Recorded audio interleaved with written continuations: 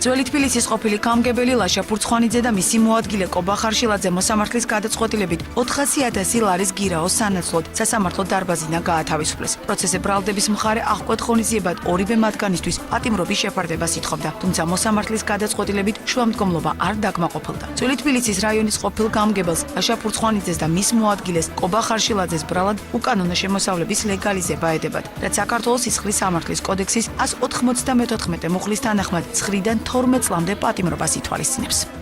სასამართლომ განმარტა განჩინების გამოცხადების შემდგომ, რომ ეს გადაწყვეტილება მიიღო, იმიტომ და ისინი დაუყოვნებლივ გაათავისუფლა სასამართლო დარბაზიდან, ვინაიდან დარღვეული იყო დაკავების წესი და ისინი დაკავებულები იყვნენ მოსამართლის განჩინების გარეშე. სასამართლოს გადაწყვეტილება ნამდვილად სასიხარულო იყო ჩემთვის, თავისუფლებადებითი მეერი ადამიანისთვის სასიხარულოა და რაც მინდა ერთადერთი ვთქვა, რომ ის პროკურატურის თითიდან გამოწვეული აბსურდული მტკიცებულებები რომ არ გაიმთვალისწინა მოსამართლემ ნამდვილად სასიხარულოა ჩემთვის. ისინი აპირებენ რომ გაასაჩივრონ ეს თანხა, იმიტომ რომ არის ძალიან მაღალი.